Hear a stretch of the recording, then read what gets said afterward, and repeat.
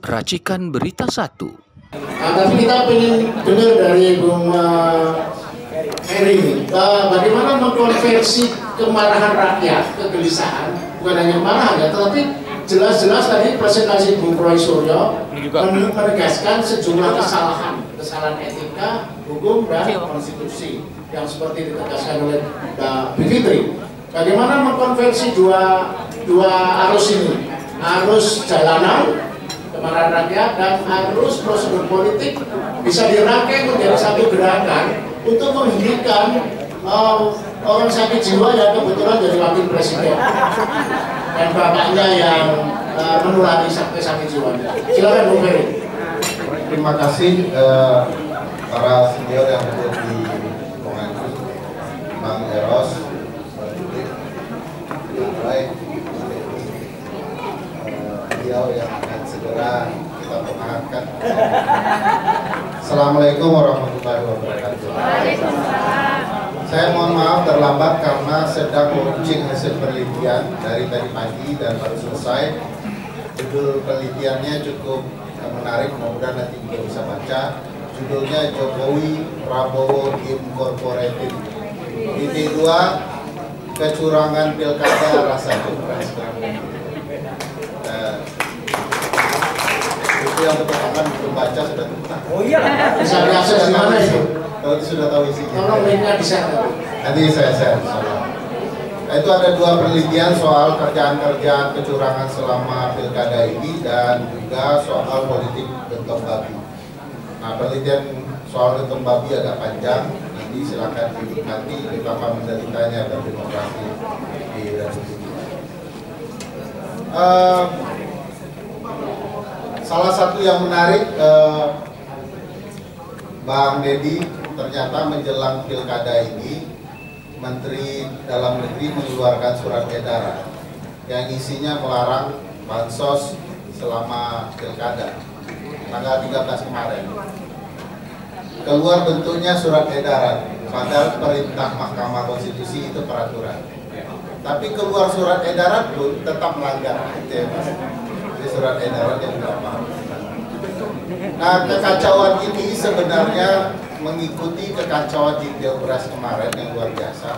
Tidak sekedar kecurangan pemilunya yang luar biasa, tetapi bagaimana manipulasi yang diciptakan oleh sebuah keluarga dengan anak keturunannya agar bisa bertarung dan bisa memenangkan pemilu secara curang. Hanya saja sayang forum sebanyak ini dan saya pikir sebagian besar aktivis masih menggunakan judulnya tanda tanya. Dapatkah Gibran dimakzulkan dan Jokowi diadili? Jawaban hukumnya bisa dapat, bisa tidak. Saya pikir judulnya adili Jokowi dan kroni-kroninya serta makzulkan anaknya.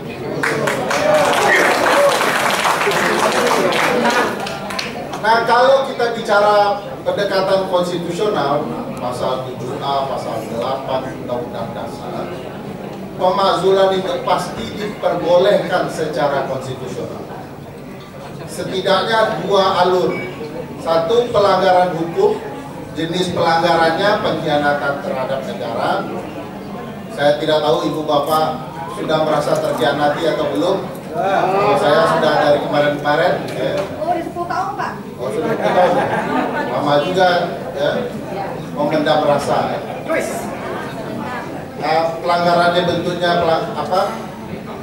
pengkhianatan terhadap negara, tindak pidana berat lainnya, korupsi, suap, ya, dan perbuatan tercela serta tindak pidana berat lainnya. Nah, frasa perbuatan tercela ini bagi saya sangat menarik untuk menjelaskan apa yang terjadi dengan Mas Gibran dengan akun yang diduga Fufu Fafa dan apa-apa yang dilakukan oleh ayah Mas Gibran, termasuk oleh pamannya. Kalau kita baca apa itu maksud perbuatan tercela di dalam Undang-Undang Dasar, sebenarnya kita bisa baca ketentuan pasal 169 Undang-Undang Pemilu, Undang-Undang Nomor 7 Tahun 2017. di dalam pasal 169 itu ada syarat ya, seseorang kemudian tidak lagi dianggap memenuhi syarat untuk menjadi presiden atau wakil presiden yang berkaitan dengan Undang-Undang Dasar. Salah satu yang penting yang Ibu Bapak perlu simak adalah bunyi dari pasal 169 huruf E. Bunyinya kurang lebih begini ya. Seseorang itu tidak bisa menjadi calon presiden atau calon wakil presiden atau dapat dimakzulkan jika ya, dianggap tidak lagi mampu secara jasmani dan rohani. Nah, ini yang selalu di mana-mana oleh Pak Roy Suryo dibicarakan, ini orang terganggu nggak jasmani dan rohani. Tapi ada lagi kalimat lanjutannya, serta tidak kemudian terkait dengan kejahatan narkotika. Ini kemarin sempat ada banyak isu soal itu, tetapi bagi saya ini tidak akan bisa terbongkar sampai ada proses peradilan yang patut untuk kemudian memakzulkan presiden dan atau wakil presiden dalam konteks bunyi Undang-Undang Dasar ini, Undang-Undang Pemilu. Kalau dilihat problematikanya kan ada di Mas Gibran, apakah dia mampu secara jasmani dan rohani? Itu pertanyaan besarnya. Kalau kita kaitkan dengan keberadaan akun yang menghebohkan yang bernama akun Fufu Fafa. Bayangkan satu republik sudah heboh soal akun siapa pemilik sesungguhnya, tetapi sama sekali tidak ada pembuktian. Wakil presiden semestinya tersudut. Semestinya dia mengatakan, saya bukan pemilik akun Fufu Fafa. Dia sudah mengatakan begitu ya. Tanyakan kepada pemiliknya, kurang lebih kan begitu. Tapi kan tidak ada lanjutan bahwa perbaiki nama saya, ini bukan akun saya, dan mari kita buktikan sama-sama. Yang saya khawatirkan, jangan-jangan akun itu adalah memang akunnya Mas Gibran.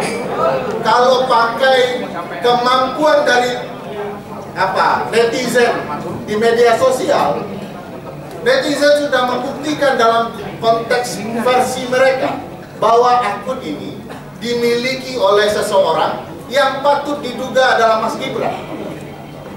Sebagai wakil presiden dan berbagai para pendukungnya,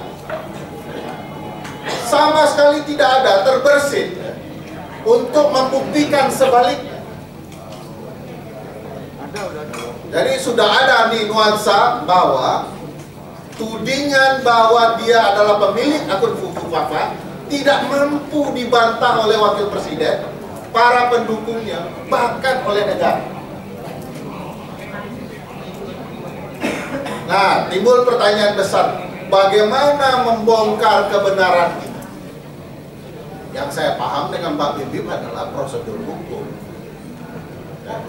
Harus ada upaya pembuktian. Ya. Nanti langkahnya bisa sangat politis, tapi yang kami paham adalah prosedur hukum.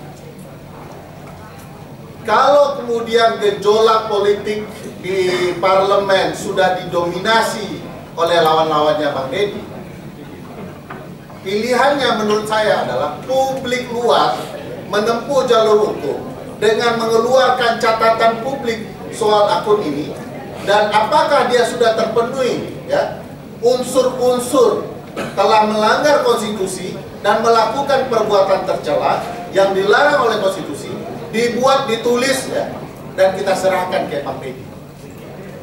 Jadi kita buat nih, tulis dengan benar bahwa ini ada pembuktiannya. Nanti Bang Roy Suryo ya, Pak Roy Suryo nanti menjelaskan secara teknologinya, kita tulis argumentasinya, nanti rame-rame kita serahkan ke parlemen.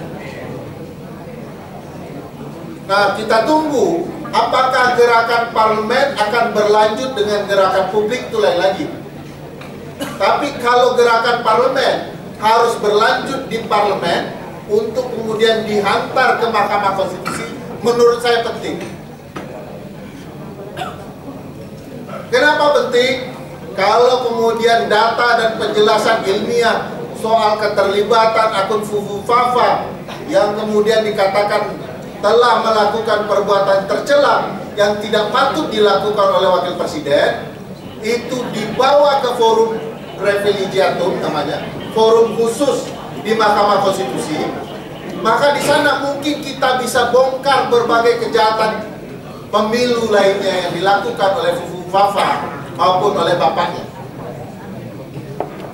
Jadi penting juga tuh Bang Deddy, selain memastikan publik juga menekankan ini untuk disuarakan lebih besar gaungnya, juga parlemen memastikan ada upaya secara parlemen bahwa bukti-bukti ini harus diselidiki oleh parlemen dan nanti akan berlanjut ke Mahkamah Konstitusi. Kita kan mau dengar di Mahkamah Konstitusi apa pembelaannya, kok nomor teleponnya sama, kok kalau dikirim mengarah kepada nomor teleponnya, kok nomor telepon itu terdaftar ketika dia mengajukan diri menjadi wali kota Solo. Bagaimana dia membantah? Dan bagaimana kemudian sidang di Mahkamah Konstitusi untuk pertama kali kita meminta bahwa ada presiden dan atau wakil presiden dimakzulkan karena melanggar konstitusi. Kalau enggak, pasal ini tidak pernah akan terpakai. Sekaligus menarik ya, apakah Uncle Usman akan terlibat lagi atau tidak terlibat? Ini pertimbangan Uncle Usman ini penting untuk menarik gejolak publik, Kang Deddy, karena keterlibatan Uncle Usman meloloskan keponakannya itu memancing gaung publik untuk bersatu. Terima kasih Uncle Usman Ya, makasih juga ya, Uncle Usman. Publik tiba-tiba bergerak, tidak diam, ya, mempermasalahkan itu. Siapa tahu kalau perkara ini diajukan ke Mahkamah Konstitusi, Uncle Usman kan bingung ya, mau bela ponakan, sudah kadung ketahuan, gitu ya. Atau kalau mundur, nanti keponakannya bisa di-impeach. Menarik juga bagi saya kalau kasus ini sampai ke MK, kita lihat sejauh mana dominasi keluarga ini. Nah ini catatan penting, besok pagi super penting bagi publik. Kenapa super penting? Karena besok pagi akan memperlihatkan apakah dominasi dinasti Mulyono masih bisa mengendalikan berbagai permainan politik atau tidak. Ngaku-ngakunya sudah ada 80 calon kepala daerah meminta support dari dia. Kalau data yang kami telusuri hanya 20 saja. Kalau bisa 20-20-nya pastikan kalah. Karena itu akan membantu Pak Prabowo percaya diri bahwa dia adalah presiden. Kalau tidak, dia tidak akan pernah bisa percaya diri bahwa dia presiden. Dia akan merasa dia jadi presiden karena pertolongan Mulyono. Saya juga heran, walaupun pertemuan di luar negeri kemarin sangat penting, ya, ada OPEC, ada COP dan segala macam, gitu ya, yang sangat penting untuk dihadiri seorang presiden. Tapi kemarin itu seolah-olah memberi panggung bagi presiden lalu dan anak presiden untuk kemana-mana. Salah satu kebohongan anak presiden yang menurut saya menarik sebagai sesuatu yang kita telusuri, jangan-jangan memang Pak Prabowo ini belum merasa dirinya sebagai presiden, adalah ketika pernyataan dari Mas Gibran yang mengatakan segala program adalah program presiden. Nah, presiden yang mana belum tahu kita. Dia bilang begitu, bahwa kita akan menjalankan program presiden. Tapi yang dia launching adalah lapor wakil presiden. Kalau dia betul-betul mau mensupport presiden, mensupport Pak Prabowo, mestinya yang dia launching adalah lapor presiden. Jadi jangan-jangan bahasa bahwa segala program adalah program presiden, saya tegak lurus kepada presiden, saya akan dukung presiden. Di balik itu dia sibuk mempersiapkan kampanye menuju 2029. Kalau dia sedang mempersiapkan itu, yang menderita bukan hanya Bang Deddy Sitorus, kita semua juga ikut menderita. Jadi bagi saya, kesalahan konstitusional yang dia lakukan dengan menunjuk. Perasaan saya menderitanya selama dia memerintah. Ya mungkin dulu aja saya. Mulai ada pengakuan-pengakuan dosa. Saya pikir ya, ini penting bagi kita untuk memastikan penegakan apa yang diatur di konstitusi betul-betul bisa berjalan dengan fair. Kalau tidak, selama-lamanya pasal ini hanya akan jadi kuburan saja. Percuma tuh Pak Said Didu, percuma tuh Pak Freddy Sitorus, percuma Bang Roy Suryo, apalagi Pak Didu lebih percuma lagi buat film. Bang Eros Jarod dan lain-lain. Percuma ibu bapak sekalian bicara soal negara hukum, negara konstitusional, karena di depan kita ada pelanggaran konstitusional dan ini kita diamkan saja, tidak ada gerakan simultan dari publik untuk memastikan konstitusi kita ditegakkan, bukan kehendak rakyat yang namanya di luar negeri. Saya pikir itu. Terima kasih. Assalamualaikum warahmatullahi wabarakatuh. Terima kasih perbincangan untuk Jadi